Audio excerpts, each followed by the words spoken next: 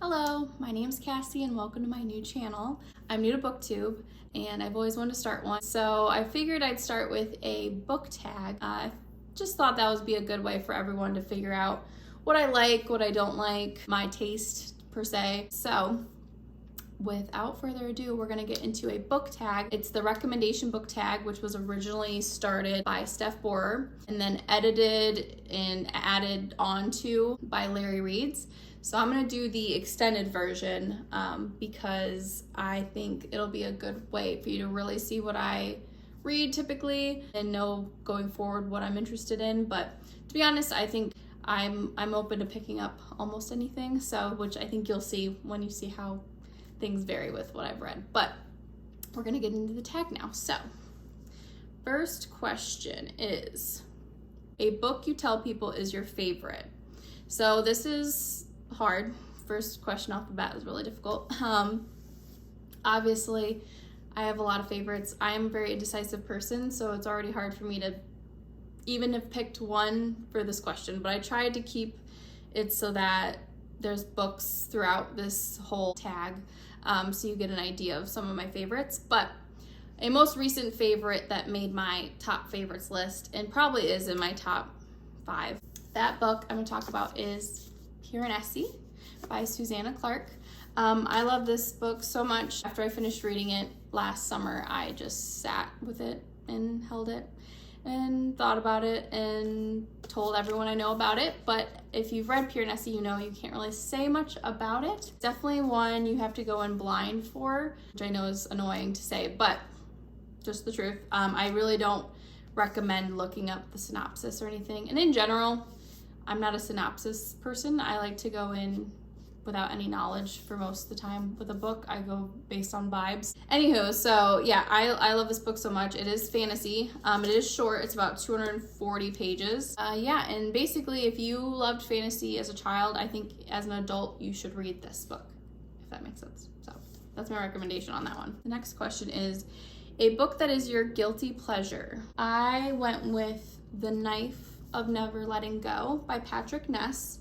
I don't know if you've heard of this series, but it's also called the Chaos Walking series. There's 3 books in the series. This is the first one. It is young adult and sci-fi. Basically, in a nutshell, it's about a world where people live and there's only men that live here. You find out pretty quickly that the women have all been killed off or they're gone. You don't really know why. You know that there's something called the noise, which is this germ, they call it, where all the men can hear each other's thoughts. And then a girl crashes on this planet.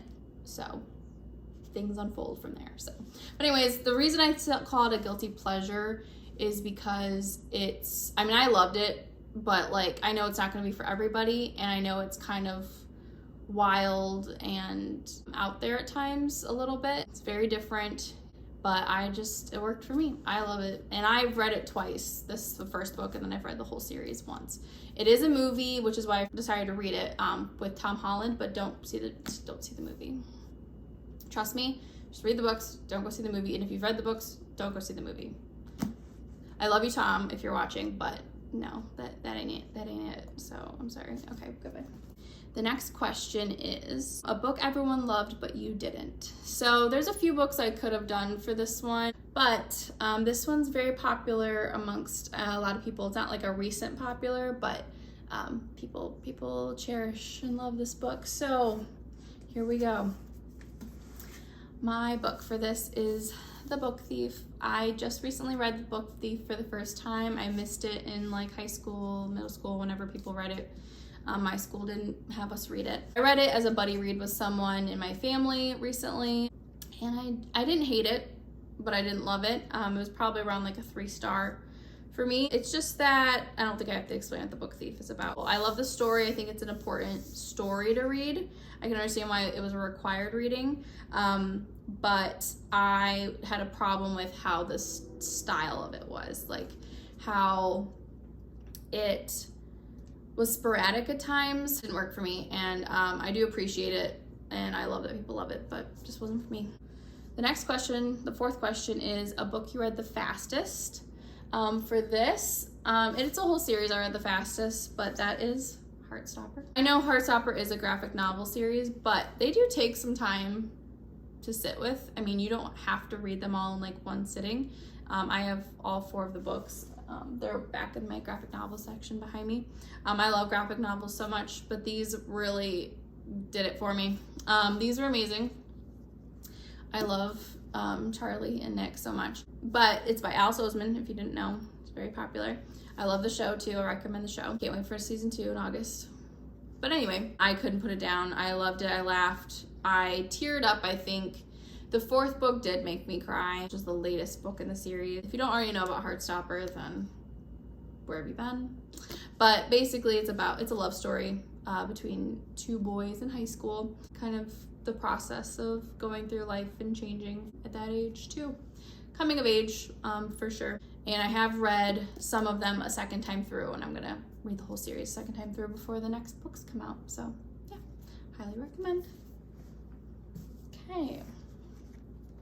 Question number 5. I don't have this one. I would love to buy it, but I read this on my Libby app. The next question is, a book that deserves more hype. So this is also going to be a graphic novel. I don't know if I'm going to be able to figure out how to insert a picture, but if I do, it might be here or it might be over here. But anyway, the next book for this is Garlic and the Vampire by Brie Paulson. I love this book so much.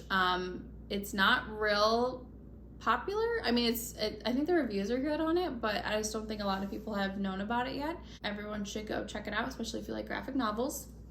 There's 2 in the series. There's Garlic and the Vampire and Garlic and the Witch. Basically, it's about an anxious garlic bulb and other garden, like fruits and vegetables, mainly vegetables, I think. And basically, a vampire moves back to town where they live, and they all talk and everything. There's like magic involved. And because garlic, the team of vegetables, this sounds crazy, kind of nominate Garlic to go and take care of the vampire because they figure the vampire like will be,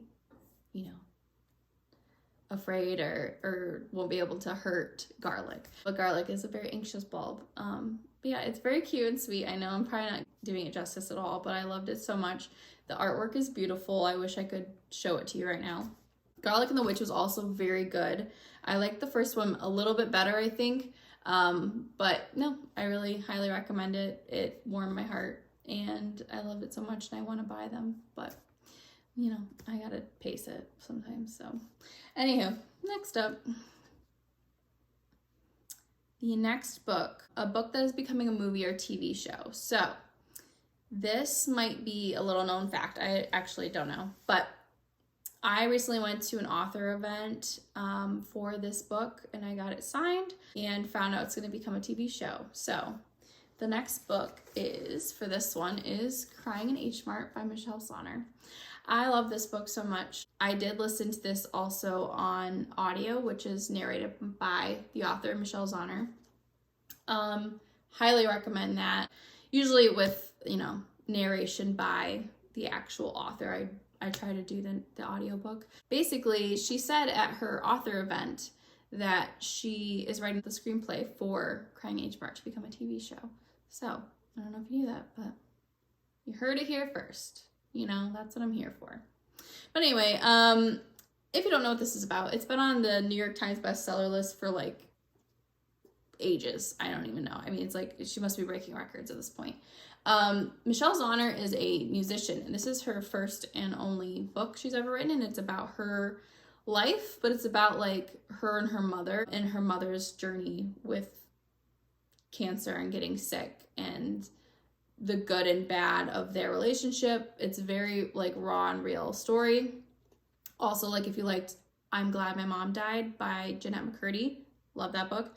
Also on audio, stupendous. If you like that, then I think you would love this and vice versa. I love this book so much and just related to it so much, and I thought it was beautiful. Not this version, but my hardback, I just didn't get it down. I tabbed because it has such gorgeous quotes in it. I loved it so much. My voice is not normally this like scratchy sounding, at least I don't think it is. I'm getting over a cold at the moment, so just so you know, not that you would know any different because this is my first video. Anywho, okay. So the next question is a book you have reread the most. Sadly, the book I picked for this, I don't have a copy with me. I do have a copy, but I just loaned it to someone, which no regrets because I want to share the wealth, you know? The book for this question I picked is The Bride Test by Helen Huang. This is number 2, or the second book in the Kiss Quotient series. I love this book so much. I've read it physically and I've read it via audio. I love the audiobook. I highly recommend. I love her books.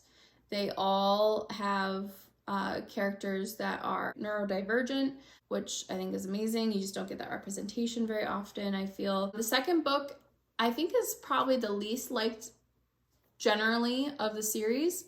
My favorite. Basically, the second book has trope-wise, has like arranged marriage with it. There's one bed trope in it, kind of. Not really. Okay, I lied. You don't have to read the books in the series in order either. You can jump around. You could just go right for the second book if you wanted. I do really like the Kiss Quotient, the first book. That's my second favorite one in the series. Yes. Anywho. I gotta quit saying anywho. Okay. That's a better word. The next question is a book from a genre you don't typically read. So I mentioned earlier, I will read any genre, but there is one genre that I struggle with a little bit more. I've had a harder time with historical fiction. So this book is technically a historical fiction. That is Kindred by Octavia E. Butler. But this one's sci-fi, so I probably cheated a little bit, and I like sci-fi a lot. Basically, it's about the main character, whose name is Dana. Could not remember. I'm so bad with names. You'll figure that out real quick. Dana basically lives in the 1960s or 70s, but she somehow is getting like snatched back into time into like the South during slavery. And of course, she is Black, and this is horrible for her. She keeps being brought back. She doesn't really understand why at first. I love how Octavia E. Butler writes. I've only read this book by her and Parable of the Sower so far, but I do want to read some of her other things. Next question, number 9. A book that deserves all the hype it gets. Okay, for this book, I picked, for a book that deserves all the hype it gets, the Poppy War series by R.F. Kuang. But I only have The Burning God here because this is the only copy I have. I have to buy the other 2, I know. And then this one is my favorite of the 3. Oh my god, I love this book so much. And it's beautiful. Basically, the Poppy War trilogy, how do I even sum up? It's magical, it's fantasy. It's about a girl named Rin. Yes, Rin. Oh, see, I know names. It's about a girl named Rin. She wants kind of a better life for herself, and she ends up going into this magical school. She gets admitted into that. That's not really a spoiler. That happens pretty early on. But there's a lot more to it as time goes on. There's a lot of politics. There's war. There's bloodshed. If you have a problem with like blood and like fighting and stuff, then like this book is not for you. Like the series is not it then, because it gets pretty gruesome at times, just so you know. Anyway, but the characters are very gray. I have a hard time with that, but I still love this series. But if you have a hard time with morally gray characters, then just know that they don't get much grayer than this. If you love that, then check out the Poppy Wars trilogy because you'll love it. All right. Next on the docket, a book you usually recommend when asked to give a recommendation. A book you recommend when asked to give a recommendation is Nothing to See Here by Kevin Wilson. That's the one I pick. So basically, because this is like very light, it's like magical realism, I would say. It's about a friend of Lillian's comes to her and asks if she can help nanny her 2 stepkids, and she needs the money. So she comes to help her. Well, the cover is true to the tale because the stepkids, they catch on fire I mean, it happens. That's the general plot, and then you kind of follow what happens from there and her trying to care for these children that spontaneously combust. And it's great. I thought it was very funny. Like, I was laughing out loud. It's a great audiobook narrated by Maren Ireland, who's amazing.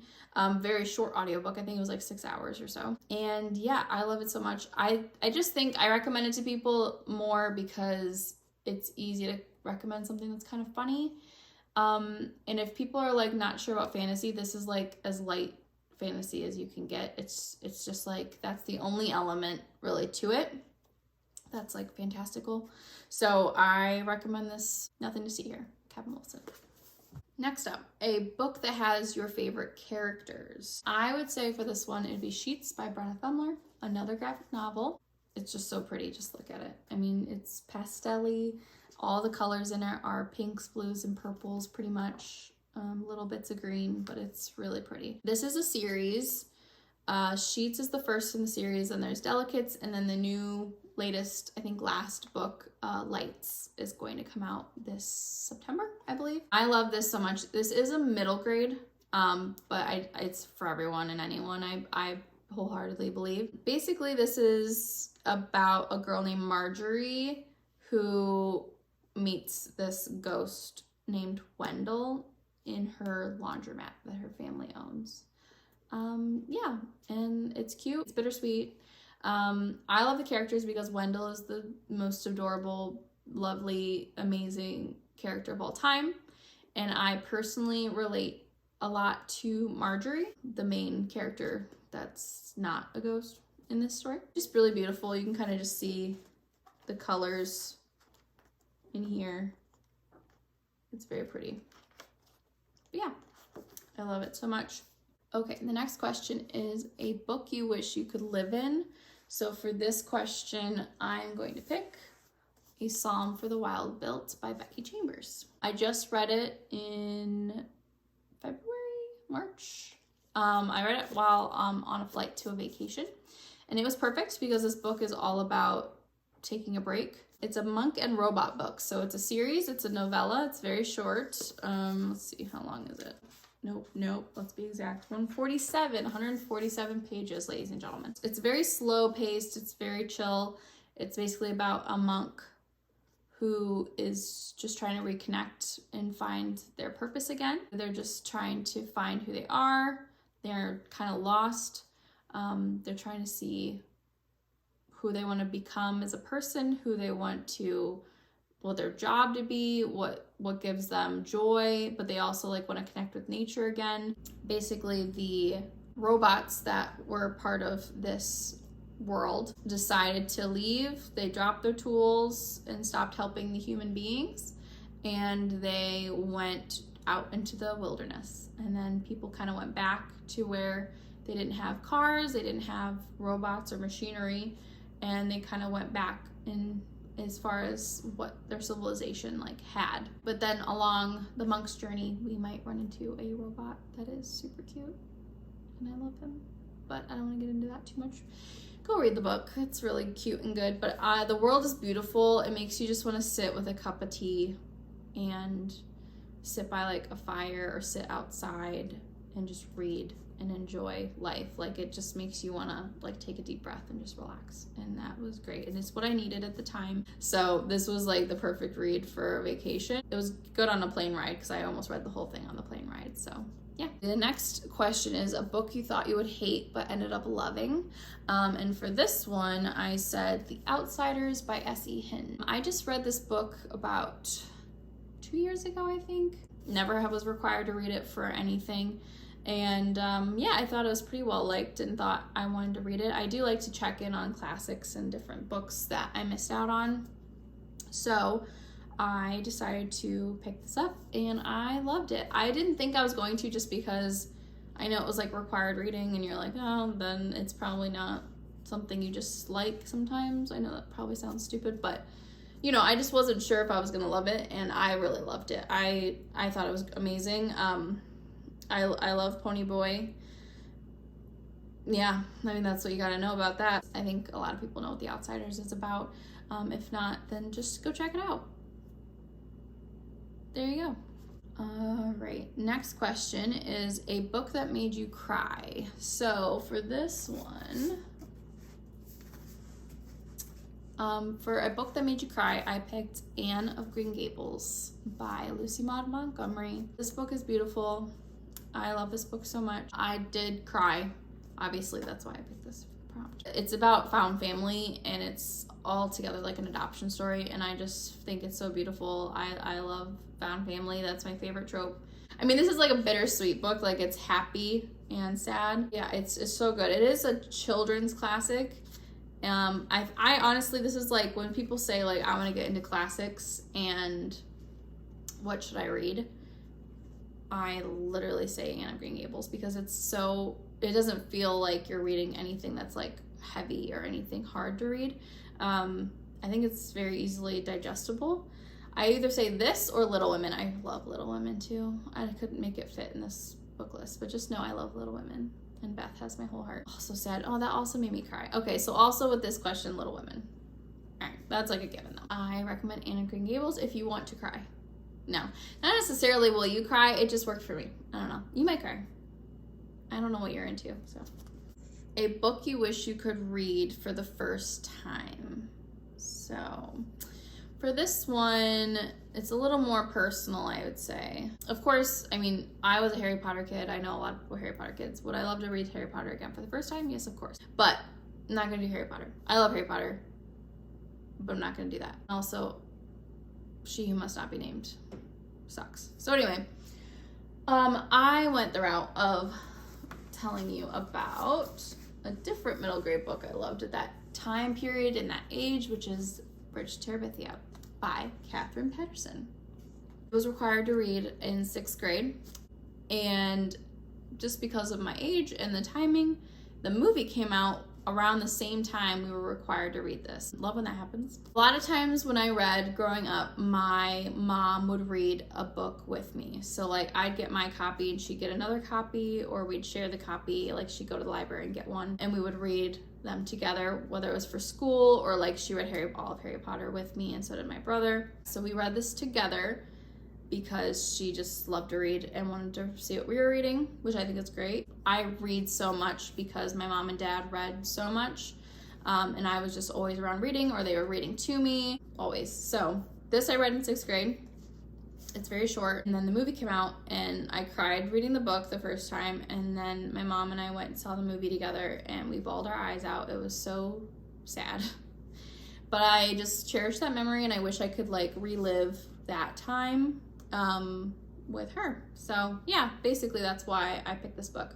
It is a banned book because I think that the topic of grief has been banned for kids of that age to understand and read about, but I wholeheartedly disagree. I think kids need to understand grief. I think this book helped me understand grieving.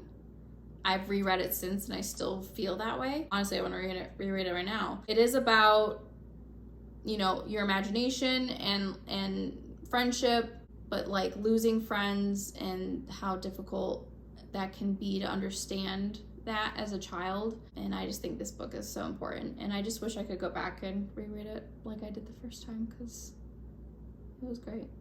I just cherish that memory. Yeah. Okay, so the next question is a book that could cure a reading slump. I have 2 for this one, but the first one I don't own. The first one is Confessions by Kenai Minato. This is a thriller. It's basically about a teacher talking to her class. This is how it starts, and how she suspects someone in her class murdered or had something to do with the murder of her daughter, and she's gonna like figure it out. That's all I'll leave you with. It's a translated book.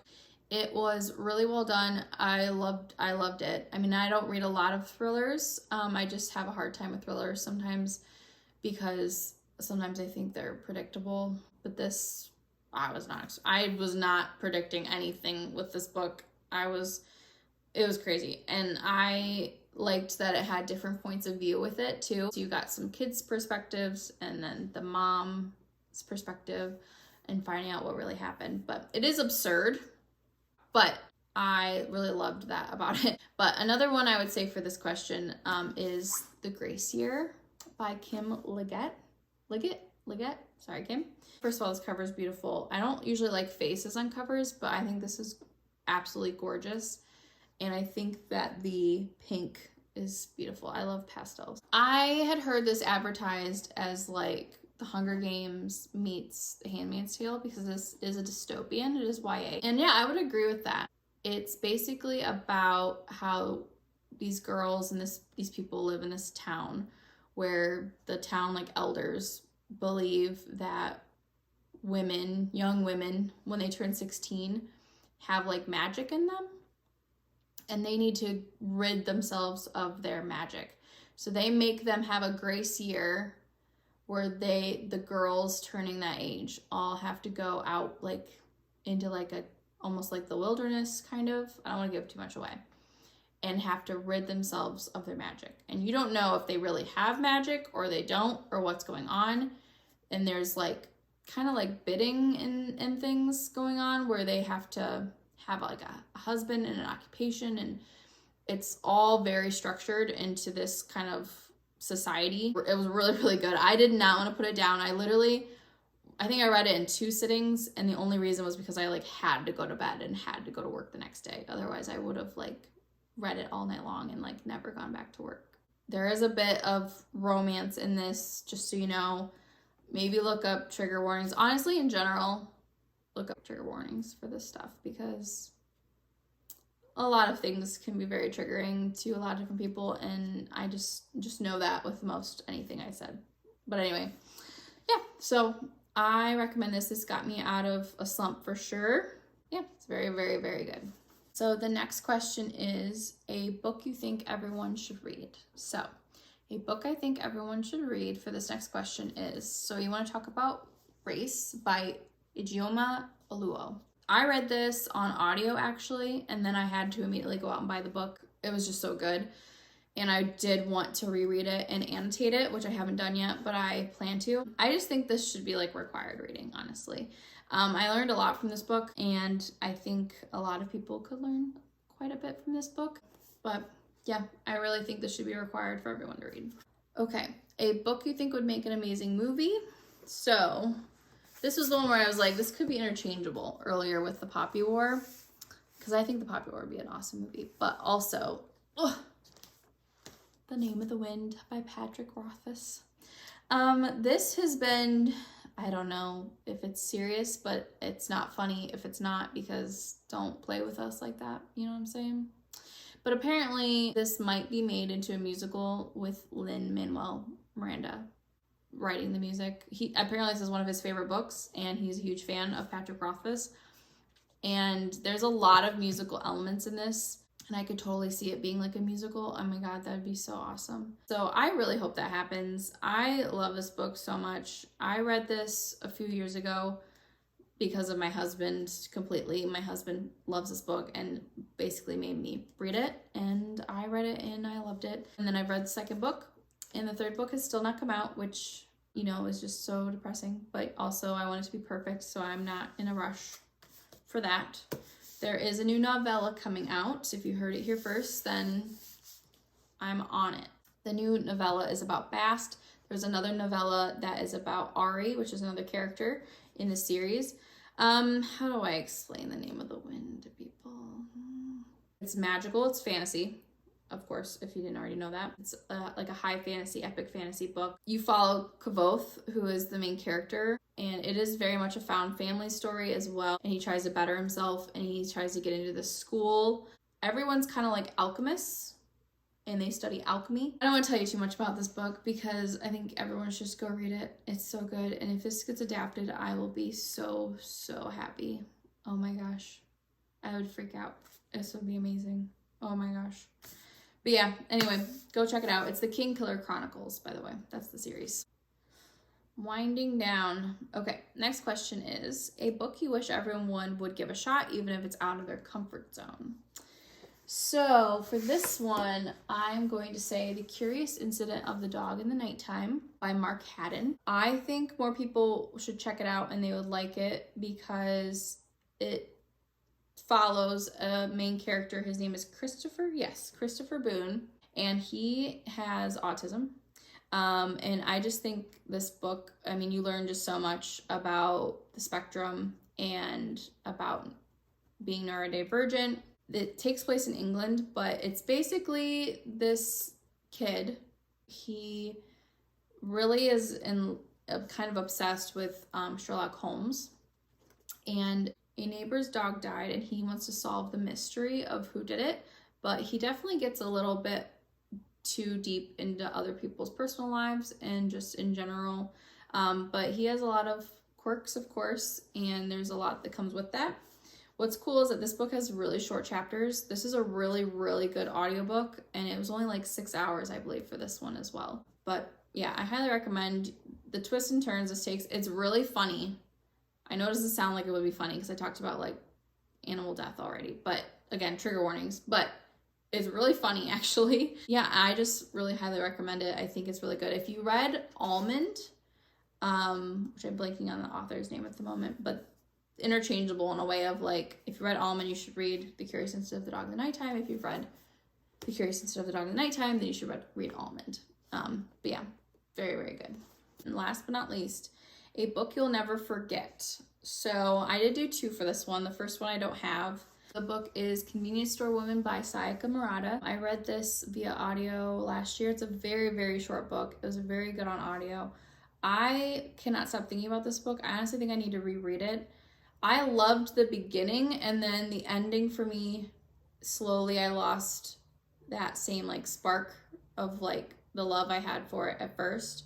But I'm gonna reread it and see. Again, it's about like a neurodivergent character. They never fully come out with that, kind of are following her character. And yeah, she works in this convenience store. It's very much one of those like slow, mundane, understanding people, you know, and what they need in life and the things they enjoy. But the other book I was gonna say for this question is Perks of Being a Wallflower by Stephen Chbosky. I love this book so much because it's written in like diary format. I think it's another reason I really, really, really enjoy this book. But I actually read this one somewhat recently too, in the last 2 years or so. And I can't stop thinking about it. I wanted to reread it the moment I finished it. I love everything about this book. I love Charlie. I hadn't seen the movie first actually, and I still really love the book, and I think I love the book more, and I love the movie. I think it's one of the best adaptations out there, in my opinion. But so good. This one also made me cry, and trigger warnings major for this book as well. It's basically another coming of age story too, but there's a lot of grief and trauma involved in this book, so definitely look up trigger warnings. But yeah. Well, that's all the books for this book tag. So please chat with me in the comments below. Let me know what you thought, if you've read some of these books, or if you recommend anything kind of based off what I like and what I've read. Thanks for joining me. It's been great talking with you. I'm hoping I'll get a little more comfortable with this and get a little better at it as time goes on. But this is just the first of hopefully many. So again, my name's Cassie, and have a good day. Bye.